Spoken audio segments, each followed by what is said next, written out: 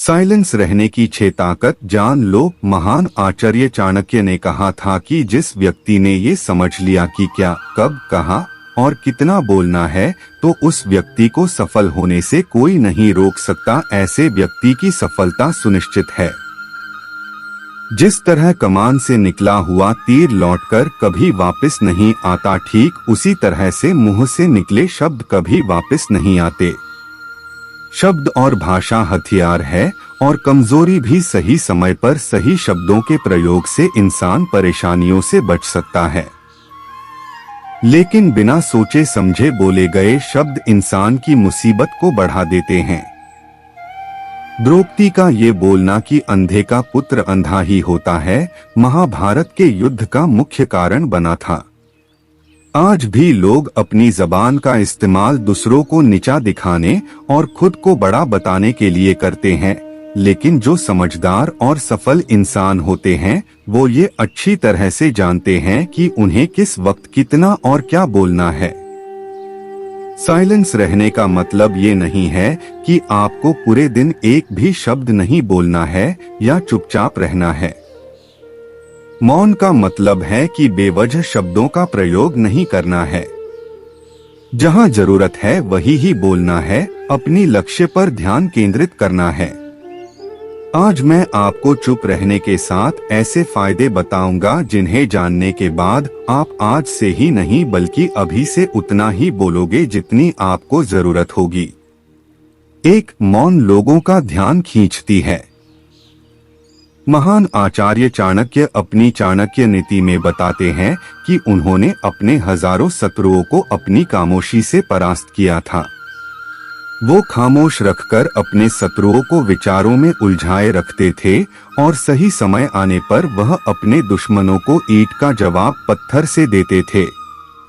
Silence यानी चुप्पी किस तरह लोगों के अटेंशन को ग्रैब करती है, यह बात आप इस उदाहरण से समझ सकते हो कि जब क्लासरूम में टीचर किसी विषय पर बात करते हैं तो स्टूडेंट्स उनके बात को बिल्कुल ध्यान से सुनते हैं, लेकिन जब अचानक टीचर या स्पीकर बोलना बंद कर देता है तो सभी लोग आश्चर्य में पड़ जाते हैं। अरे क्या हो गया भाई, कम्युनिकेशन बंद क्यों हो गई? मैं जब स्कूल में था तब अक्सर ऐसा होता था और आपके साथ भी ऐसा हुआ होगा। ठीक यही फार्मूला हमारे दैनिक जीवन में भी लागू होता है। जब आप अपने काम से काम रखते हो, दूसरों के मामले में दखल नहीं देते हो, जरूरत हो तभी बोलते हो, तो लोगों का ध्यान आपके ऊपर जाता है। और अगर आप कम बोलते हो, जरूरत हो तभी बोलते हो, तो लोग आपकी बातों को ज्यादा महत्व देंगे। लोग आपकी बात को उन लोगों की तुलना में ज्यादा प्रेफरेंस देंगे, ज्यादा याद रखेंगे जो लोग बिना जरूरत के बकबक करते रहते हैं। 2. मौन बातचीत में मदद करता है। शांत रहना मोल भाव यानी नेगोशिएट करते वक्त आपकी बहुत ज्यादा हेल्प कर सकता है। बातचीत के दौरान जब आप अचानक चुप हो जाते हो और सामने वाले इंसान को जवाब नहीं देते हो तो ये खामोशी उस दूसरे इंसान को ये सोचने पर मजबूर कर देती है कि आखिर आप क्या सोच रहे हैं। तो फिर इसी चीज का आपको फायदा उठाना है, सामने वाले को ये सोचने दे कि आप क्या सोच रहे हैं। मान लो आप कोई डील फाइनल कर रहे हो, ये सामने वाले पार्टी को जल्दी से यस या फिर नो कहकर जवाब मत दो, कुछ सेकंड का पॉज लो। आपकी ये चुप्पी सामने वाले इंसान को परेशान करेगी और वो सामने वाला इंसान बोलकर आपकी इस खामोशी को भरना चाहेगा। उनको सारी बातें बोलने दे जिससे आपको बातचीत आगे बढ़ाने में मदद मिलेगी और आपका साइड बातचीत के दौरान ज्यादा भारी रहेगा। 3. मौन आपको विश्वास बनाने में मदद करता है। अगर आप एक मजबूत रिलेशनशिप बिल्ड करना चाहते हो तो उससे पहले आपको ट्रस्ट यानी विश्वास बिल्ड करना होगा, और विश्वास तभी बिल्ड होगा जब आप सामने वाले इंसान की बातों को ध्यान से सुनोगे। यानी बातचीत के दौरान बोलोगे कम और सुनोगे ज्यादा।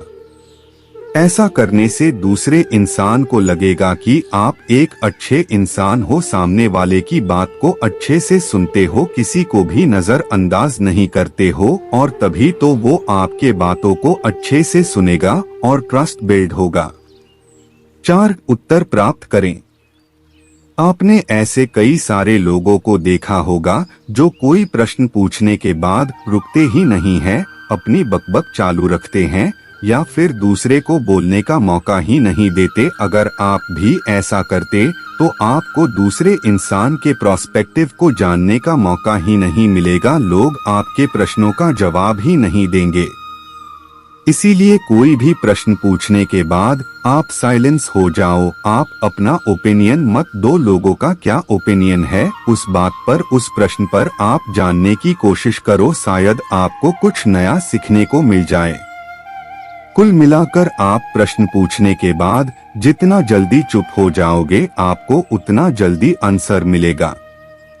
स्वामी विवेकानंद जी, जो अपनी बुद्धिमता और विजडम के कारण पूरी दुनिया में जाने जाते हैं, उनमें भी ये क्वालिटी देखने को मिलती है। वे भी अपने गुरु रामकृष्ण जी से जब भी कोई प्रश्न पूछते थे तो अपना ओपिनियन तो बाद में देते थे, लेकिन पहले प्रश्न पूछने के तुरंत बाद चुप हो जाते थे, ताकि उनके गुरुदेव की क्या राय है उस प्रश्न को लेकर, उस बात को लेकर ये जान सके। 5. नम्र शक्ति।